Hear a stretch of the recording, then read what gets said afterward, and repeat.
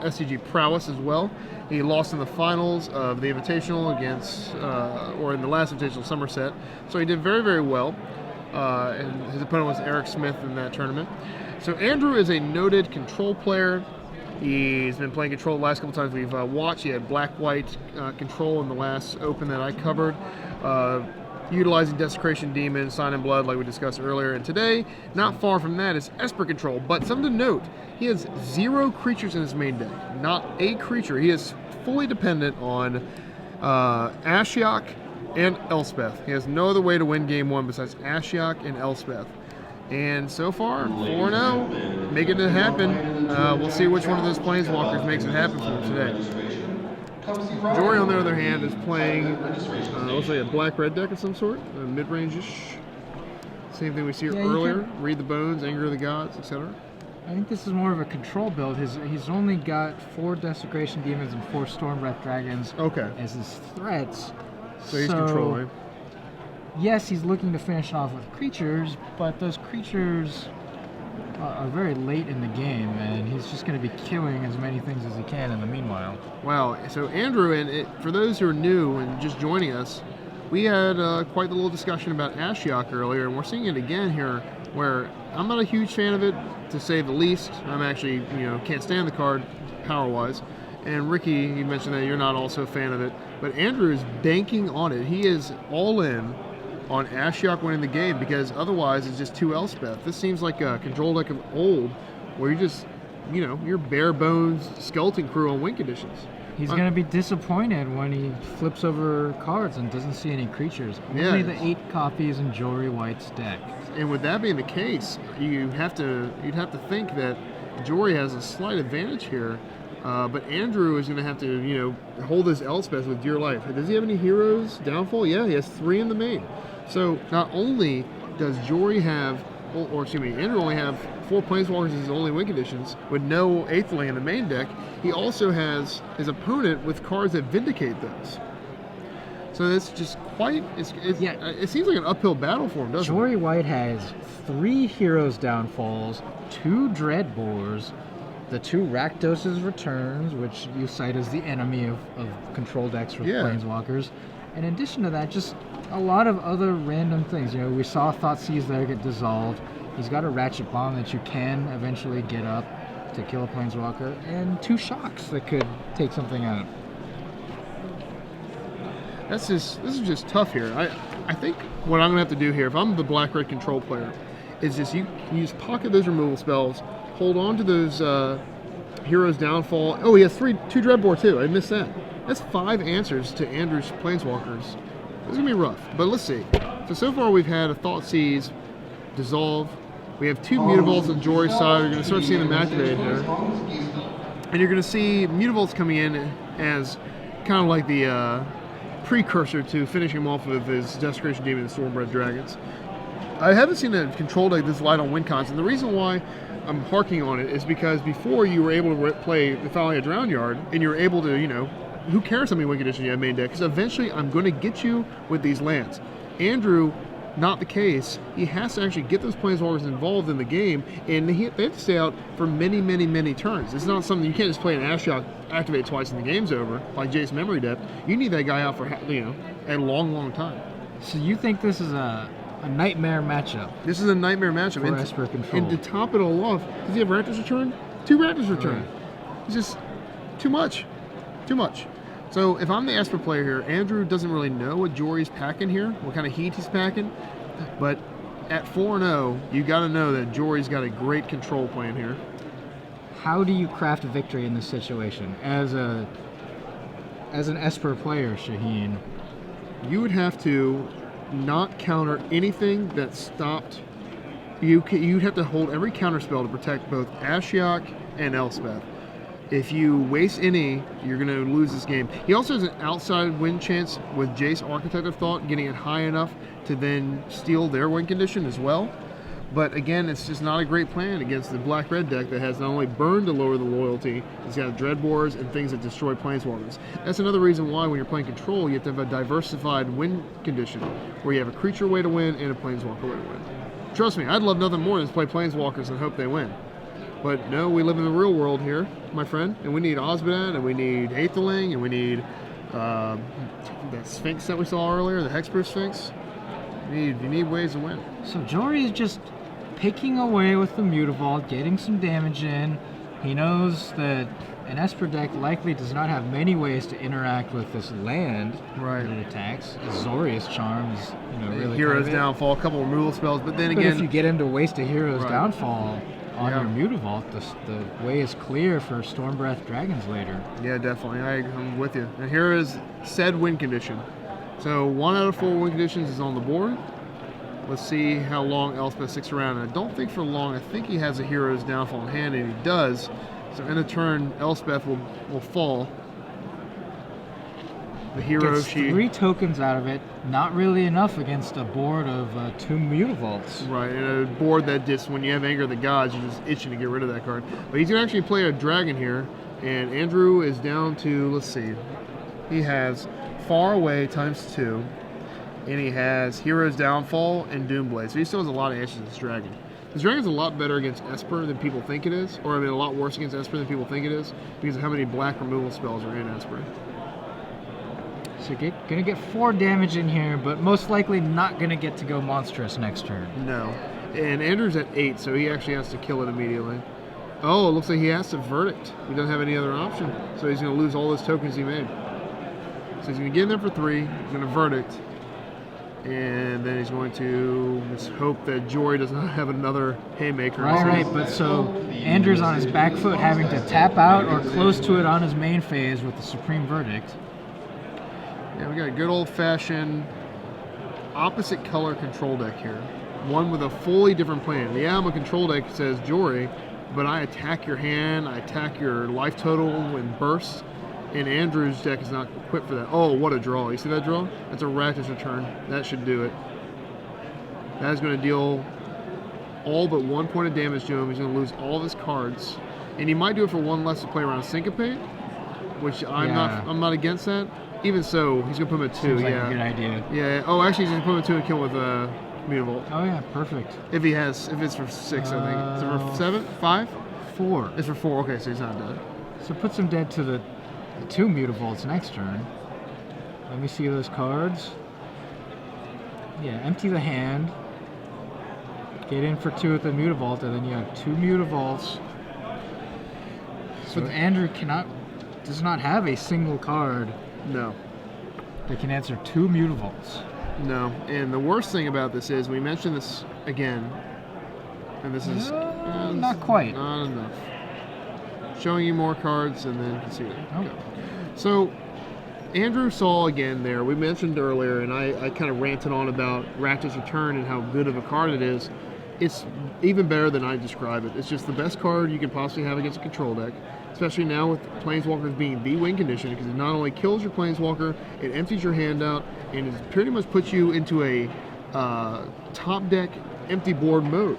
And looking at Andrew's deck, he's going to bring in, probably going to bring in Blood Baron of Vizcopia, excuse me. He's also going to bring in Aetherling to have some creatures now to battle, but I don't know if you could play a deck with no creatures in the main deck and put yourself solely on the back of Ashiok and Elspeth. It seems pretty risky. Pretty risky. He's made it this far, Andrew Tenjum has. And he's no slouch, too, so I trust his judgment.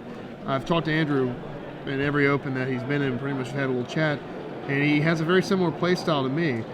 However, I think that in the current world, you want to play a deck that is just peak efficiency. All spells, all Planeswalkers, draw, go style.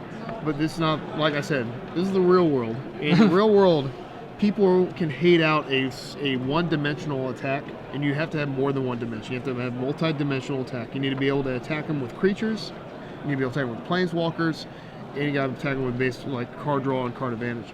So I see Andrew coming in, bringing in all this good stuff. He has Duress, he has Negate, all coming in. Thoughtseize coming in, Blood Baron, Aetherling. So he's bringing in everything but the kitchen sink here. And on the other side... Kitchen Finks? No, kitchen sink, sorry. Kitchen sink. No, I misheard. I wish there was some kitchen finks around. What do we got over here with Jory? What do you think he's going to bring in? Yeah, I mean, he can do Slaughter Games. Yeah. Always nice. trading post, maybe get some some goats. Some goats or some recursion. Thought Seeds, an extra copy of Thought Seeds. Yeah, he's going to definitely bring in the Underworld connections. Yeah, Underworld. He's going to bring in the Slaughter Games, the Return. He's going to probably bring in the Ratchet Bum. And if he smells Blood Baron, he's going to bring in the Mizian Mortars. Right. I don't think there's an Esper deck in the format that doesn't play Blood Baron in the sideboard and or main. So it's a pretty safe bet to bring it in to help you out against that card. Well, which is better there, Devour Flesh or Misery Mortars? So he's going to probably take out the Devour Fleshes. Yeah, I think they're equally as good in this matchup because, again, Esper doesn't have many creatures. Yeah. So but the Mortar's good against an Elspeth that spits out some tokens. Yeah. And Devour Flesh, obviously, can only do so much when the Elspeth's already been activated once. So we've got the full final standings from Pro Tour Theros in Dublin, Ireland. I'll give you an update here of the Team StarCityGames.com members, and you can check out that blog site, teamstarcitygames.com. Sam Black, playing Mono Blue Devotion, finished in 2nd place at the end of the Swiss. Paul Rietzel was in 5th. He was playing the black-white mid-range deck.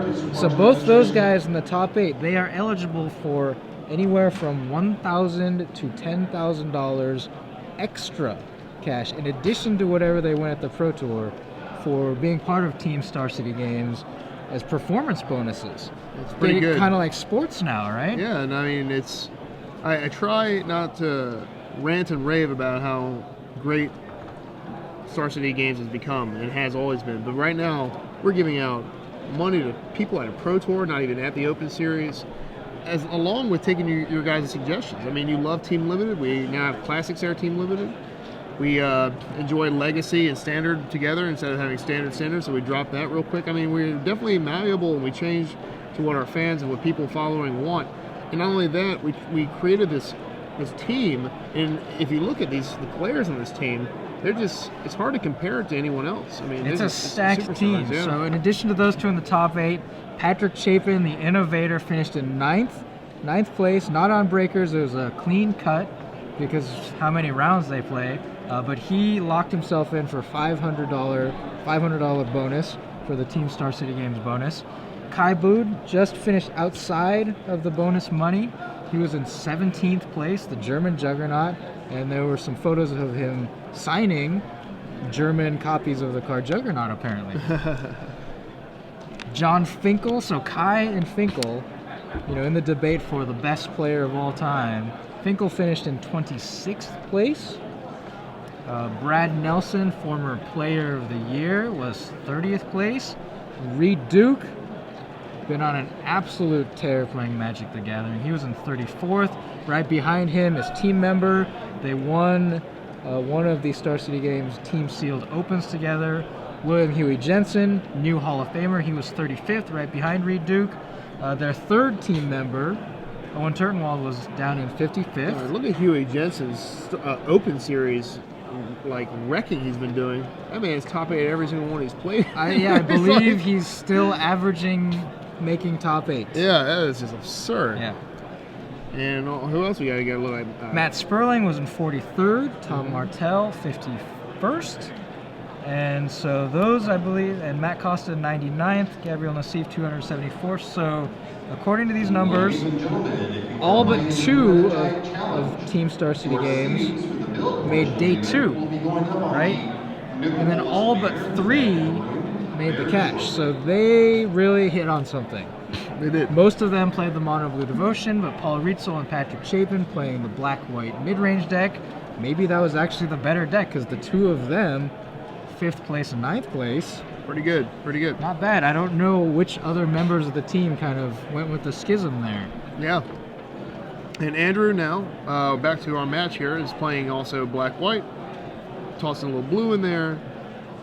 And let's see how his win conditions play out now. He should have maxed him out after board. Then again, I'm not sure why a lot of these are in the main deck, but I'll have a little chat with him. We'll discuss it. His hand right now is full of Doom Blades. God, how many? It hits Stormbreath Dragon. Yeah, he saw the Stormbreath Dragon was really the only thing. It's tough to leave that They card can kill in. Mutavaults, but yeah, is that what you want to be doing? Yeah, I mean, I'm not against it right now, but we'll see what's in his hand here. So Jory's going to take a look with Thoughtseize and see if the way is clear to attack with a Mutavault. It's not going to be. There are multiple copies of Doomblade there. I think right here, depends on what's in his hand, but it looks like the Dissolve is the card to take. Yeah. Dissolve, not only a hard counter spell, but it's got that Scry, and we see that Andrew Tenjum only has a 4th land, so he's going to want to Scry at some point to fix up his future draws. His hand's a very draw-go hand, and that seems to be the Andrew strategy right now, is playing a lot of these draw-go cards. But he's got no card advantage in the hand. Yeah, take the Dissolve. Looking at his deck, I don't think he has any card advantage in his deck besides the Revelation. He's not playing any Divination or Read the Bones. Or Read the Bones, yeah.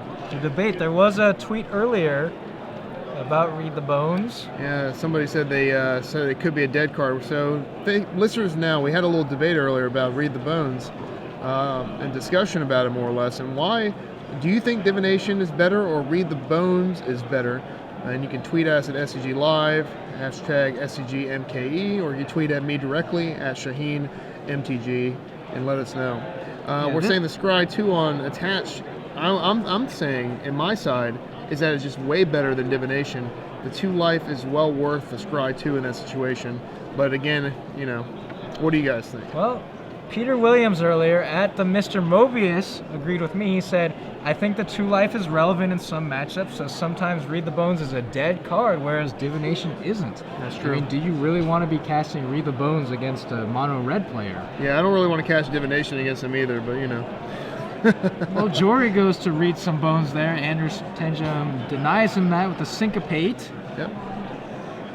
And it looks like Andrew hit a land drop here. Oh, Jory drew his Blood Crypt, so he's access to red now to assist all those Mutavaults in play. So, knowing Andrew doesn't have a full hard counter in his hand, you know you got rid of most of them. Do you return here for 3? I don't think so. Oh, yeah, the demon. Rakdos' return? No. Is that demon here? Or is that a life-bane zombie? I'm about to find out. Is that a life-bane zombie? Yep. And it's not gonna, most likely not gonna nab a creature in this matchup. No. You might hit a Blood Baron, right? Yeah, it's definitely a card I would not board in against Andrew. It just doesn't do enough. The unblockability of Fear is not really a big aspect against a control deck that specializes in 1-for-1. But then again, he might put Andrew on more than 2 Blood Baron. He might put him on more than a couple creatures. Now, if it hit Planeswalkers, that would be something. Now we're talking. If you could hit Elspeth Sun's Champion. I think Esper's best shot against his deck is something that he doesn't have, and that's in Sin Collector that we talked about earlier. Sin Collector is a fantastic card against a Control Mirror, especially against a Control Mirror not playing blue, because they can't Revelation their way out of it. If you pull those special cards out of their hand, you can really put a hurting on them. So Andrew's surprisingly going for the away. Gonna make Jory sacrifice the Lifebane Zombie. He's worried. He's really worried about that 3-1. Is that because there's also 2 Mutavaults? That is probably the reason. If I was Jory, actually, after seeing Andrew's hand, I just really see the Slaughter game.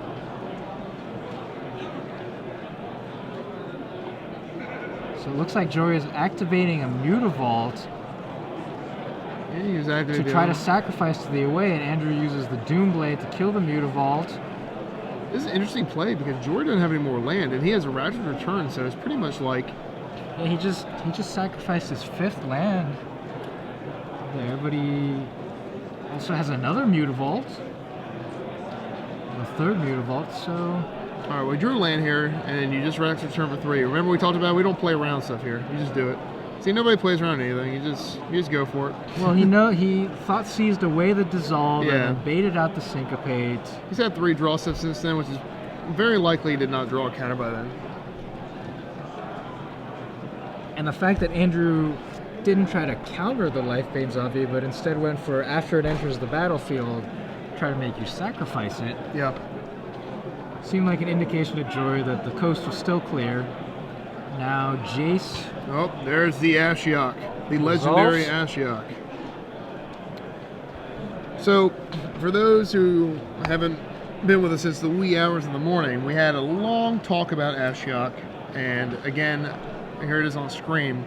And my article coming out on Monday kind of addresses the weaknesses of Ashiok and why it doesn't belong in not only like Esper, but anything else that plays blue and black that's a control deck. He obviously just takes the land here. He needs the land. And Ashiok's primary ability, especially in these control matchups, don't do anything. You're never going to mill somebody out by continually pumping it up and up and up. You'd have to activate it 9, 10, 11, 12 times to actually finish someone off that way. And of course you can do the hand elimination, but look at this matchup right now. How many cards do you really have in your hand in the control mirror later in the game? You're pretty much, going blow for blow here. Against Rakdos return, not many. Especially, yeah. I mean, you have assistance there. And in Esper Mirror, you have Sin Collectors and Thought Seizes hitting you left and right. The hands is not the issue. It really comes down to right now, if Andrew were to slam a Jace Memory Depth on an empty board against an Esper Mirror control player, that's where you win the games. This is another similar situation. Elspeth on an empty board, pretty good too. Let's see if he has the a hero. Dreadbore took care of the Jace. See if the Elspeth can survive. I think he has a Hero's Downfall in his hand. No, he does not. He has Demon, Keyrune. So this is a situation All right, well, where Elspeth is golden. Yeah, he's going to kill the Demon by minusing it, unless Andrew draws a removal spell. What a good draw for Andrew. That's a pretty good. That Elspeth is pretty good. Kill the demon, or just keep plussing Elspeth and that's make even it better. sacrifice Yeah. a token? The only time that would be a risky play is if he draws the Hero's Downfall. Or an Anger of the Gods. Yeah, he's going to kill the Demon to be safe, I think. He's going to think about it, though. Yeah, I think I would kill the Demon. He's not going to. I don't think either play is wrong. I think one is much safer than the other, because keeping the Demon, when you have no cards in hand and you're drawing at the top, if he ever draws an answer to your Elspeth, that's going to be a 7/7 Demon in play. Yeah. And then an 8/8 Demon. There's things that will just be able to knock you out. Well, not just an answer to Elspeth, an answer to the creatures. Yeah. I mean, we said that Anger of the Gods might get he drew out. it. He drew it. You're the Hero's Downfall. Oh, wow. So now, not only is the Elspeth going to go away, he also is going to have this Demon out that's probably going to finish off Andrew here. So is he going to... Oh, he should have... Yeah, he should have... All right, well, he's going to downfall it during his turn, obviously. And then he's going to slaughter games. I think you should do those two plays there. Make sure he taps his mana right.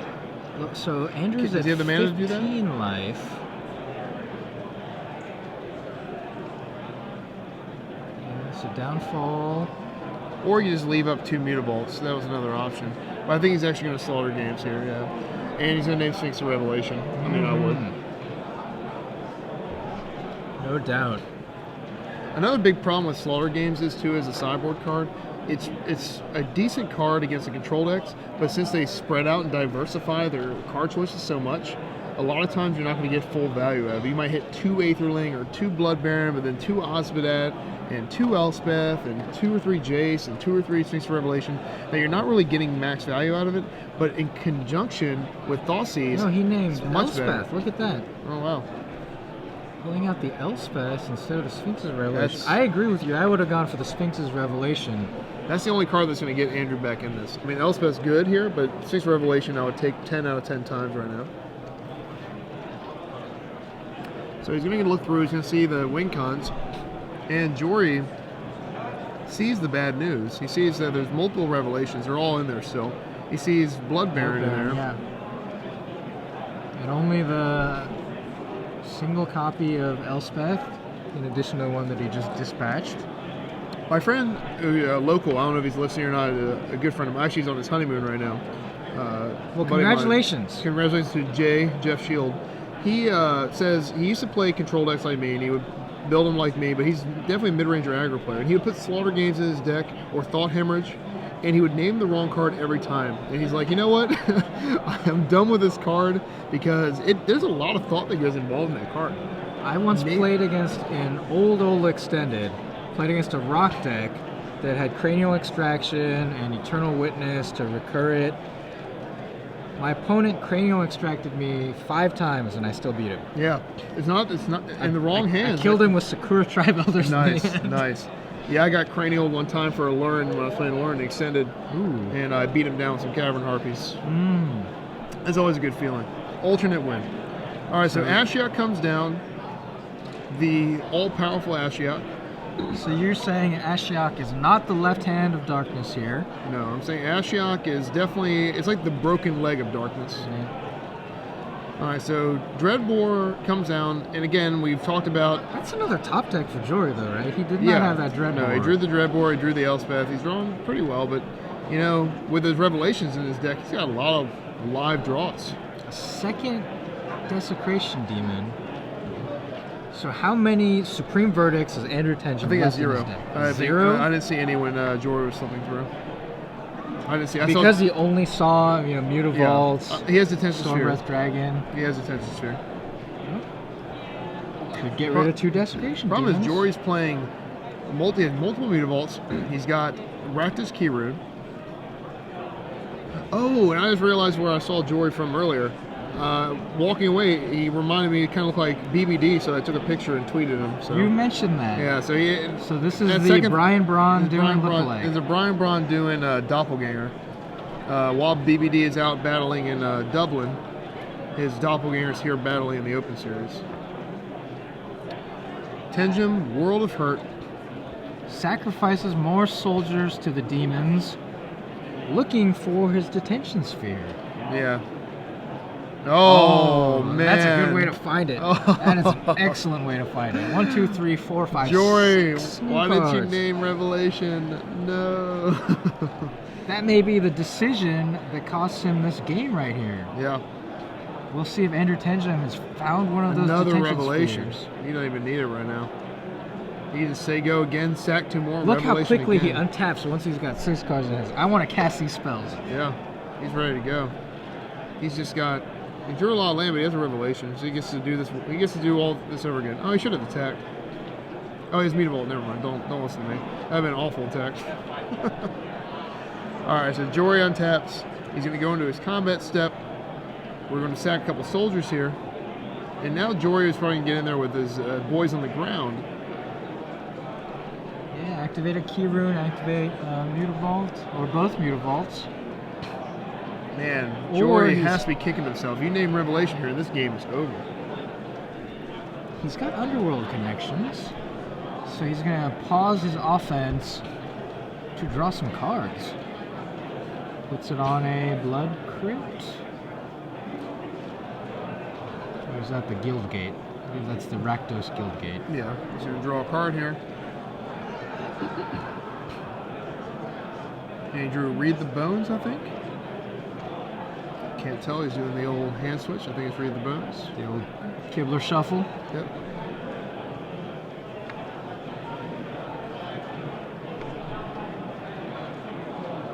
I don't think you can leave anything up to attack with.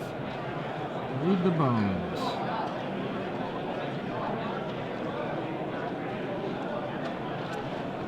So on the other side, Andrew's going to go for his second Sphinx's Revelation in a row. Runner, Revelation. Yep. And the Flash are famous for doing this over and over and over again. Just chaining them together. This is going to be for 7. And I can't see Jory. It went from Jory being a 99% lock to the other way around, I think. It's just hard to lose. I don't think it was 99%. It was Never quote me the odds. Oh, yeah. All right. Let's just say a high favorite. Oh, he was certainly favored.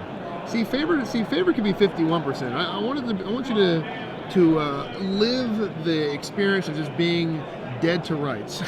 And that's what Jory was, or that's what Andrew was. And now it's frustrating, and Jory's got to be frustrated because getting that 1 Elspeth out, you can't imagine anyone has more than 2 Elspeth. I haven't seen a deck list of more than 2 Elspeth.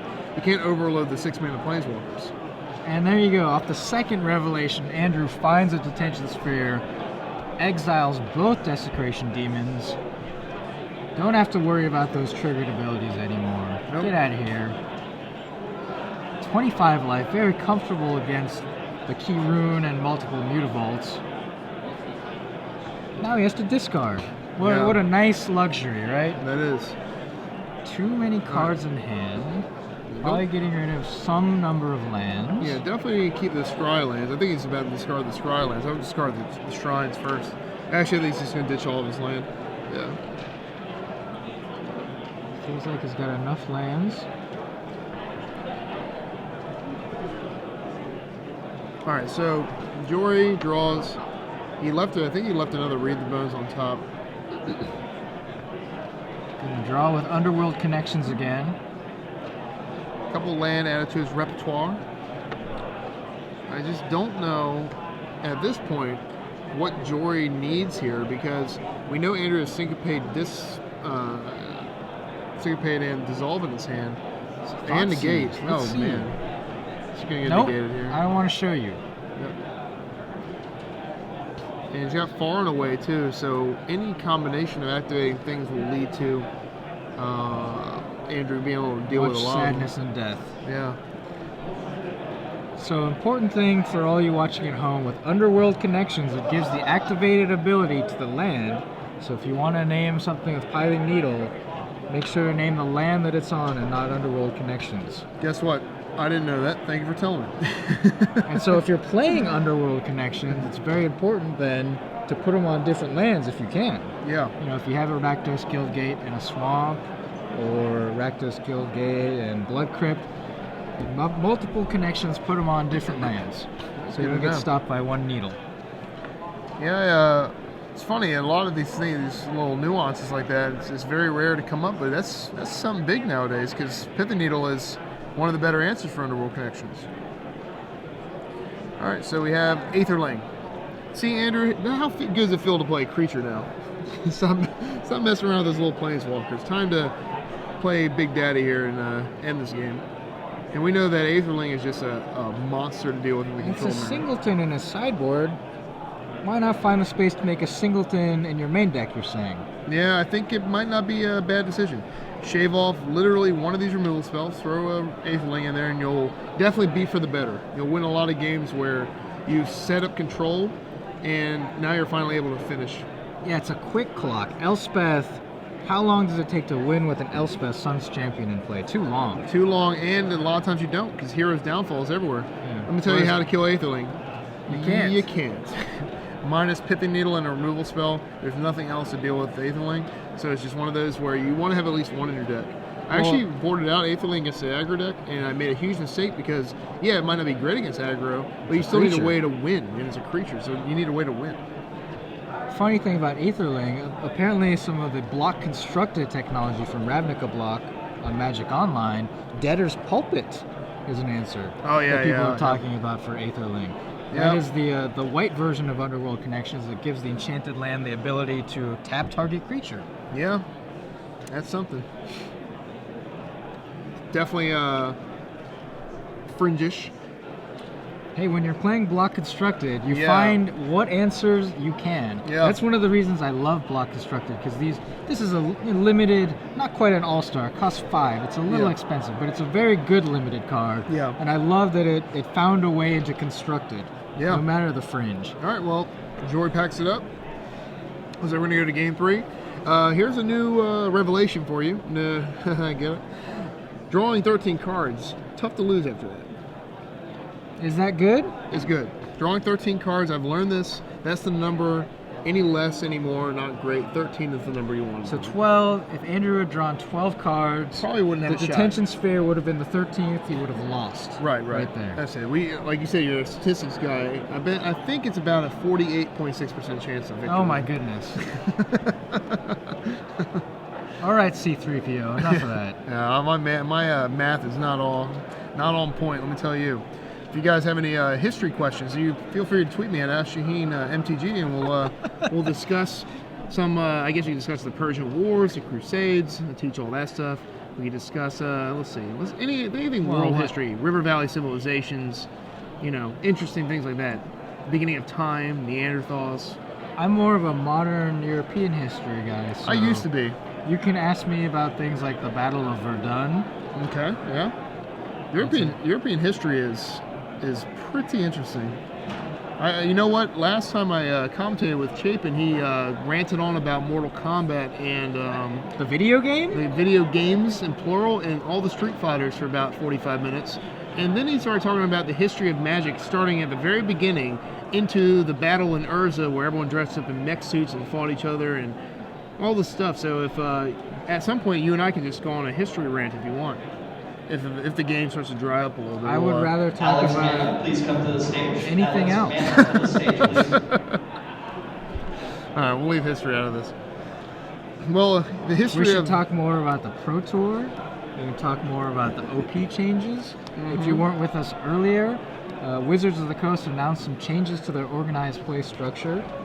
They are moving the World Magic Cup and the World Championship to the end of the year, so December 2014, rather than up earlier in August. And they expanded the World Championship from 16 players to 24, and the payout too went from 100,000 to 150,000. So they're trying to make it more of a showcase and to go along with the rankings, right? The worldwide Magic the Gathering rankings. Josh Utter-Layton has been in first, number 1 in the world, the last 2 rankings. All right. We'll see who comes out number 1 after Pro Tour Theros in Dublin. pretty exciting stuff. It's one of those things where not a lot of us are ever going to be in that situation to participate, but they're trying to make it entertaining enough so even the spectators can enjoy it. Absolutely. People love rankings. People love, polls like the AP polls, Yeah. college football rankings. Is Alabama number 1? Is Oregon number 1? Yeah, definitely. Andrew kept a no blue hand real dangerous. So, and Jory is going to play an Underworld Connections right off the bat. This is, I don't know how often you played Underworld Connections, but it's a card that is, oh, never mind, Life-Bane Zombie. All right, that's better, I guess. I would definitely slam the Underworld Connections while he has no blue to take full advantage of it. Even though you can't activate it this Yes, turn. absolutely. Just resolve it, because once that card's in play, it is rough makings for victory after that. And Andrew doesn't have blue, because there's no way he plays a Plains on turn 2 Yeah. without a blue. Yeah, he would definitely After play the the blue. temple. Right, so Jory, you got to think about it in the future again. Like, a lot of players play the here and now, but they're like, oh, well, I can't activate it this turn. But that's not the point. You see no blue, you got to slam that thing out there, so it's just lights out. Oh, and look, he drew a blue source. Disaster. So Andrew's going to shock himself to get that Watery Grave down. Disaster. And have that Syncopate up. It's just small plays. You gotta be very careful, and Yeah, don't there give you go. Don't give your opponent chances to beat you. Oh, there's Ashiok. There's Ashiok. So he goes for the Ashiok instead. Yep. Well, let's see if we hit a Is creature. that I can't see what he's removing, so is I don't that the right play there, Shaheen? To go for um, Ashiok instead of leaving the Syncopate up? I think so, because Andrew doesn't know about Underworld Connections, and I don't think he's playing around. It's hard to play around hypotheticals where Jory knows exactly what Andrew's packing there. Right, and the turn 4 could be something like Slaughter Games, which you can't counter. Right. All right. So he's going to Ashiok will be murdered, and Life-Bane Zombie connects. So Jory doesn't draw a land here. It's pretty rough. I think if I'm Jory there, I play maybe Keyrune there and let Ashiok mill me again, because Ashiok's not doing Not much. fearsome, yeah. Yeah. It's people just get afraid when you see a Planeswalker, you got to kill it. That one, he's not very good, and you can leave him in play a couple turns. All right, Temple of Deceit. Now Andrew is loaded up. He's going to try to play a Keyrune here. And then he'll play the other Keyrune. He said the Keyrune at the beginning of my hand, not so good. Let's play this one. It's going to get Syncopated, which is not bad because Jory White has been stuck on his 3 lands. Yep. Oh, The and last what two he just turns. drew a Jace. Very good here. I think he played Jace here and plus it. And let Life-Bane Zombie decide where to go, and then he can minus it, and then still have Jace alive afterward. We'll clear the way first. I'd like to give him an opportunity to commit more to the board. And But being stuck on lands, I guess if Jory goes 4th land, Desecration Demon. then you can play Verdict and then blow him out, yeah. And he's going for another Keyrune. He's been sandbagging that Underworld Connections for quite a few turns now. Could have been drawing a bunch of cards, but instead went a much more aggressive route with the Life-Bane Zombie and was kind of forced to follow up with the Keyrunes to Yep. keep the aggression on. I don't like the minus here either. I think you plus it here because he's going to activate Key Rune and just kill it, and you can't stop it. I think he's just throwing Jace away. So Andrew will take the 2 lands. But the thing is, no, he doesn't. Does he have another land in his hand? I don't think he does. Oh, he does. He does. He has planes. Okay, never mind. So he's going to kill Jace here. But that eats Oh, his wow. turn. He can actually return them instead. How many cards does he have in his hand? 4? Oh, I think you Return for 3. return for 3 and kill Jace. I think you do. Yeah, because Andrew Yeah, does you not have def- blue mana Is that- open. Is that a return or a slaughter game? I think he has a slaughter games and a return. Maybe I'm wrong. That's a slaughter games there. That's a but slaughter he has games, but he both. also has has a both. Rakdos' return. Yeah. You return for 3 here, kill Jace. No. Or goes for the as slaughter long as he game. names Fix the Revelation, I like this play too. But you gotta name the right card this time because it's the only card in there. There we go. There we go. He fooled So me he once. he Fooled me learned once. his lesson. it potentially cost him the last game, but he's learned his lesson now. Yep. Get rid of the Sphinx's Revelation. And Andrew didn't reveal his hand. He just flipped out the Revelation. There we go. Now let's reveal our hand here. I like this play, and I don't. I think the return would have been better, but it's still not too bad. Because now Andrew's going to minus Jace, draw cards, play another Jace, draw cards, or plus it, and then have his hand refilled again. But we'll see how it goes. Andrew really wants a blue mana here. He needs to be able to play Jace number 2, and then be able to negate the return coming back at him. So here we go. Black land. There's the blue land.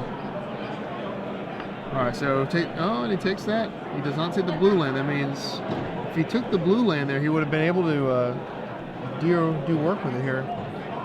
It's just got the negate. Oh, he drew an left. island. Never mind. He drew an island. Yeah, 'cause he needs that extra blue in order to protect the second Jace coming Second down. Jace. Well, he can't protect it from the Key Rune. No. Not with blue. Oh, yeah. He's got Doomblade, but the Key Rune is a black and red devil creature. Again, I don't think Andrew's really... Andrew is not treating his planeswalkers with respect. You know? He's playing them and then throwing them away after they give him a little That's bit not of how you love. treat your friends. That's not how you treat your friends. So Duress nabs the Rakdos return. Jory's hand's not bad. He still has a lot of action there. But Jory should remember that Andrew has a Doomblade, and he should send that Key Rune immediately at Jace. Save. Do not play that dragon. He knows he has a Doomblade. Kill Jace. No. He's gonna No. Underworld connections. Yep. No? Think about this. Get rid of that Jace while you can. There we go. And then you just play Underworld Connections tapped. And pull out the negate that way. You're going to have to make him get rid of the negate anyway, so. And your remaining cards in hand is not too bad, you know? Yeah, he's going to do that too. There Did we you go. know that this Key Rune was a devil creature? I didn't know How that. far we've come, right? Yeah. The original Magic, they had to get rid of the creature type demon. They had pentagrams painted on, what's that? The Unholy Strength. Unholy Strength, yeah. They had to kind of Get rid of that on the next MS edition of painted it. out. Yeah. Yep. All right, so Desecration Demon meets a downfall. All right, so we're down to mono battle, and guess what card Andrew does not have in his deck anymore? Nope. So without Revelation, you got to give Jory the edge here.